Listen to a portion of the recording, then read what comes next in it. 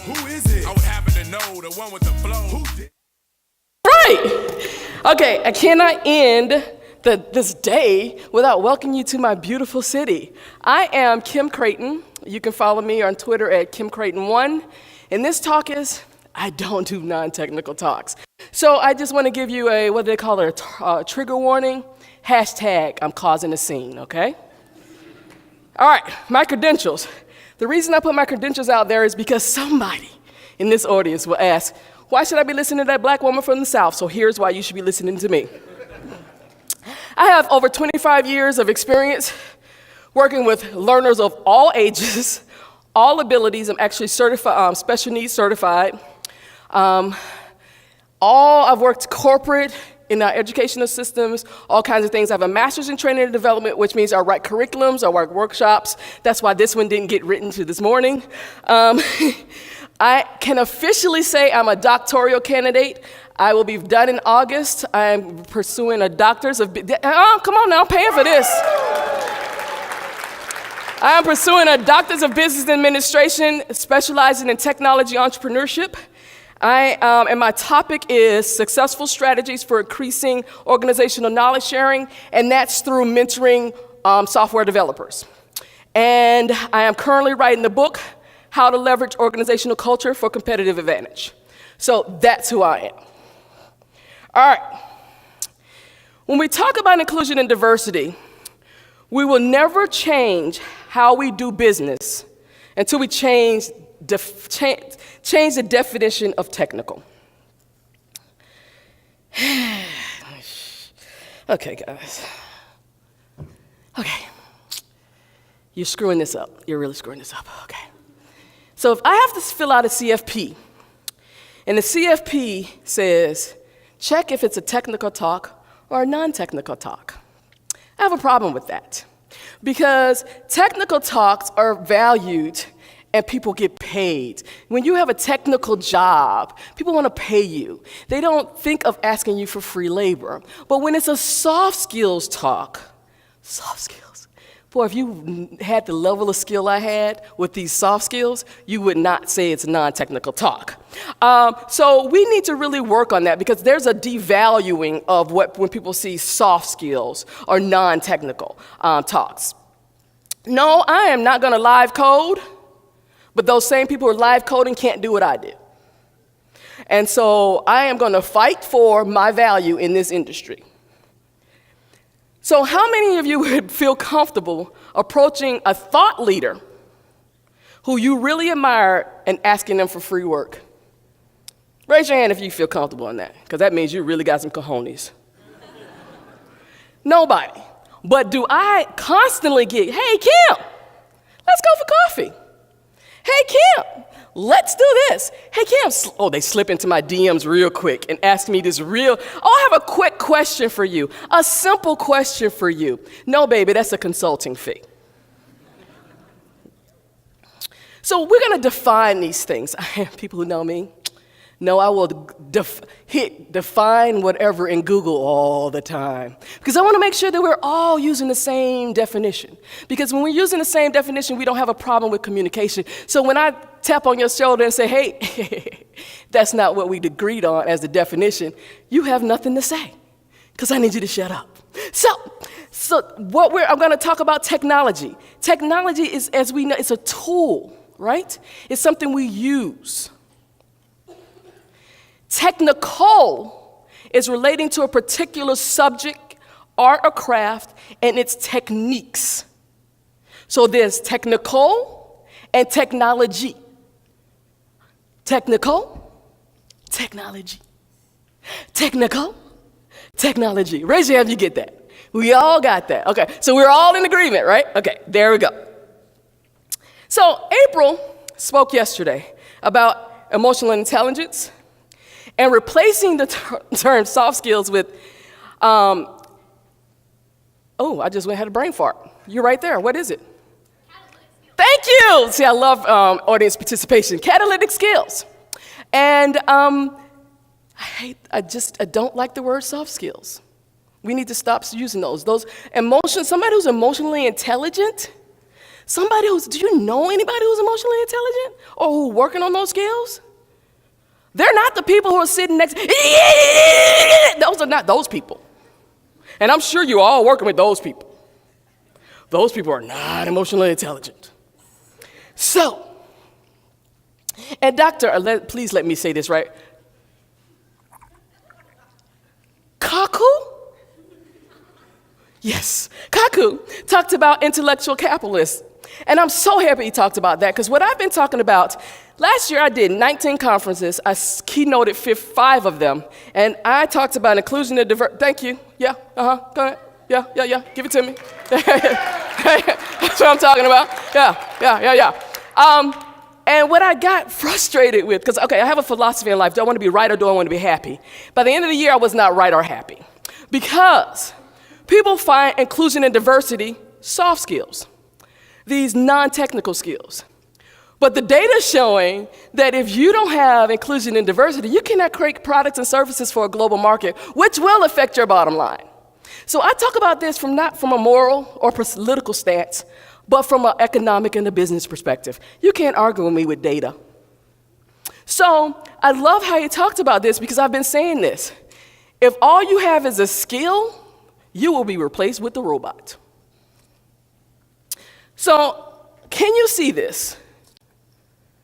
If not, don't worry about it. Just tweet me and I'll see it too. Because last week, there was an economic forum. This is my bucket list, is to be invited to the World Economics Forum, to be able to sit at the table with the world leaders, not even political leaders, because if you don't know, politicians don't run our governments, it's businesses. Just to let you know that. So I want to sit at the table with these individuals and have my voice heard. That's what everybody from an underrepresented and marginalized community wants. They want their voice heard. So if you look at this list of skills, these are the same skills that I was teaching my students when I was in high school. I could care less, I'm going to be honest, if they knew English, math, science, or social studies. At some point, they were going to pick that up. What they were missing were critical thinking skills. Good Lord, they couldn't think themselves out of a box. No coping skills, because every time something happens to, okay, let me stop right there. I don't like your kids. Any of you have kids, I don't like them. And I don't like them because it's things you've done for them. You don't allow them in a safe environment to fall on their faces and make mistakes. So they have no coping skills. So they go from, oh, I'm down, to, oh, I'm gonna slit my wrist. It's like go from A to Z, and they have no coping skills, because they don't understand that the world is made of mistakes and failures, and you learn from it, because we're not teaching them that. So this list says complex problem solving, critical thinking, creativity, people management, coordinating with others, emotional intelligence, judgment and decision making, service orientation, negotiation, and cognitive flexibility. Can a computer do any of those? No. So as we move forward, again, this is my trigger warning for some of you people. If all you can do is code, you will be out of a job soon. Sorry, not sorry. I'm going to be working forever. So none of these skills can be replaced with our current or future technologies. In an industrial age, the value was put on what someone can do. In the information age, value is placed on what someone knows. And let me explain something to you. We have that computer you have in your hand gives you all the information you need, but that does not guarantee you knowledge. All of us can do a Google search. If I say right now, Google the word rabbit, we can all Google rabbit, we'll get probably the same search results, but we'll have, because of our perspectives and our backgrounds, we will have a different take on rabbit. Some of us would not like rabbit. Some of us would have had rabbit for dinner. All these things, right? Information does not equal knowledge. Knowledge has to be internalized. Information has to be internalized for it to become knowledge. So there's an action step to that. And we're going to talk about this, explicit knowledge. This is where the doctoral student in me comes out. So explicit knowledge was king in the industrial age, and that was the knowledge that you could put in a manual, you can easily write down, you can easily create it, share it, and disseminate it and evaluate it with people. So an HR manual, those things.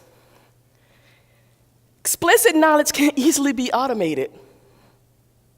So again, it goes back to these skills. Tacit knowledge, on the other hand, is knowledge that comes from another person. So once I get information, let's say it's rabbit, and then I evaluate that based on my experience. I might go out and get a rabbit. I might go say, okay, let me take care of a rabbit to figure out how rabbits are taken care of. And then now I have internalized, I have a lived experience with that information. It becomes my tacit knowledge. It is tacit knowledge in the 21st century that business leaders need to understand and capture in order to gain competitive advantage. Because once tacit knowledge walks out your door, you have lost a part of your ability to innovate. This is why I'm researching knowledge sharing, because knowledge sharing is how do you get, when we're talking about mentors, how do you get the information out of his head to the person he's mentoring in an effective and efficient way, so that, because as a business owner, it is not useful to me until I can systematize, until I can operationalize this information, because you cannot manage what you cannot measure. Programming is a skill. It's an explicit skill, which has little value because it can be traded on like any other commodity. So I don't mean to offend, but it is what it is. The CEO of GitHub recently, when he announced that he was leaving, one of his things that he wants to research is creating things that people don't have to know how to code to create. They're already talking about this stuff. We see it every day. So if you are a programmer and you think a software engineer, whatever name you want to call it, and all you know how to do is sit behind a computer, put your headphones on, and go at code, you will be obsolete. You're like the dinosaur that doesn't even see the meteor coming. A programmer's experience, on the other hand, is tacit knowledge, and that's where the value is. When someone hires you as a programmer, they may not understand it, but what they're hiring you for is to solve problems. So you want to capitalize on your ability to solve problems. A computer cannot solve intricate problems. They can only do what I've programmed them to do.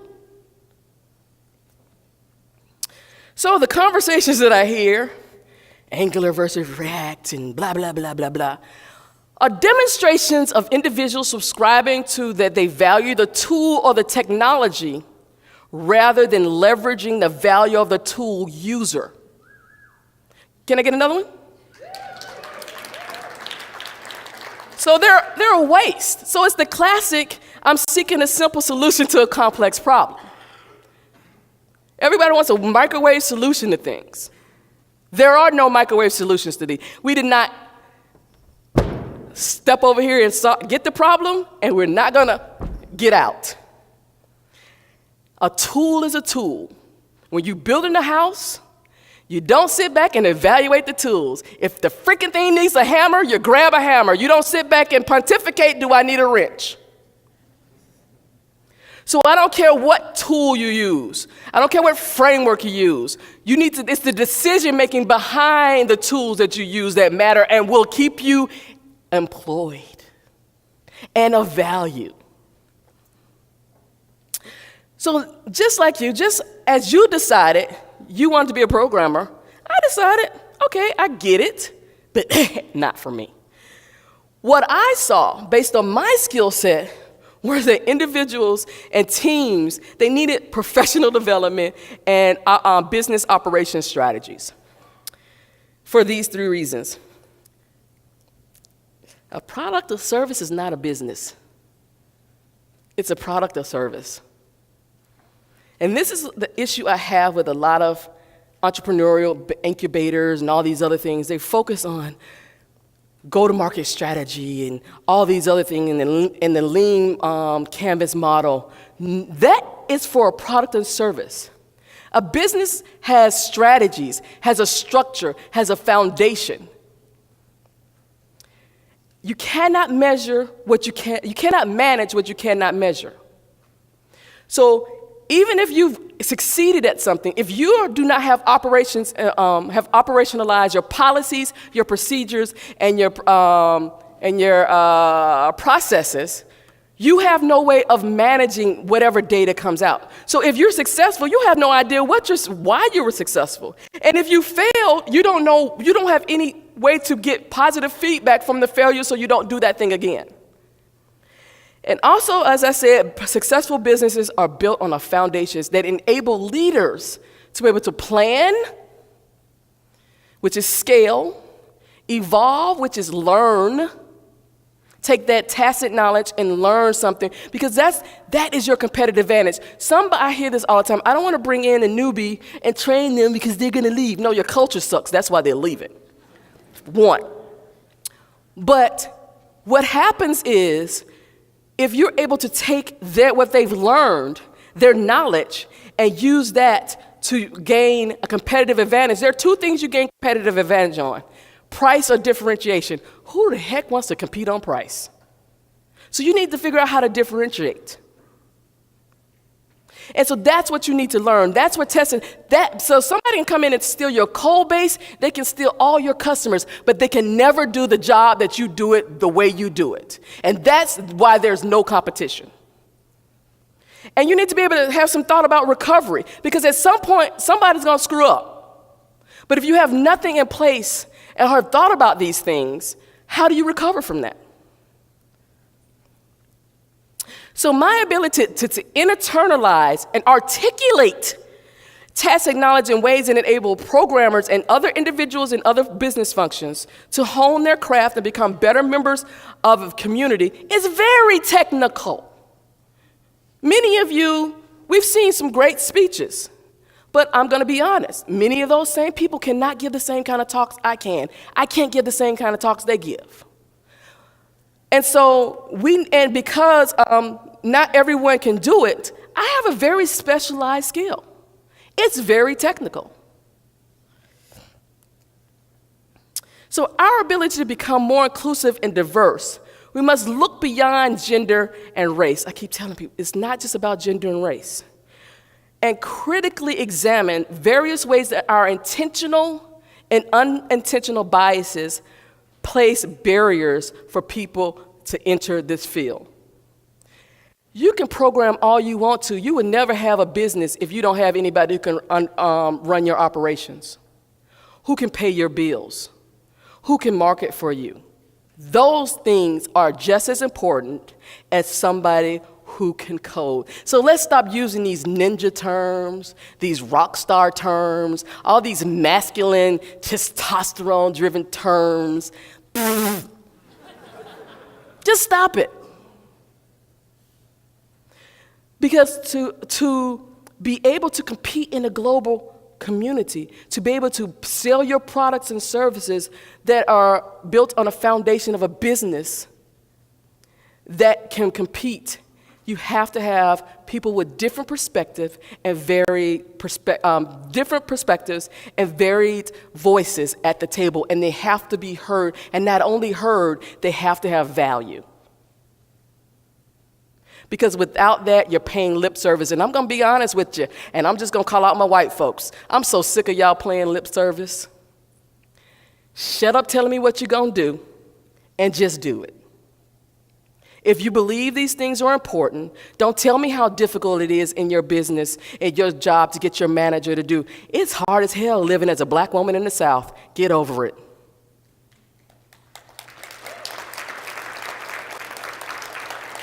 You have no idea what discomfort is. So with that, by not extending or expanding our definition of technical beyond programming, it becomes much more challenging for individuals with equally important skills to establish themselves as experts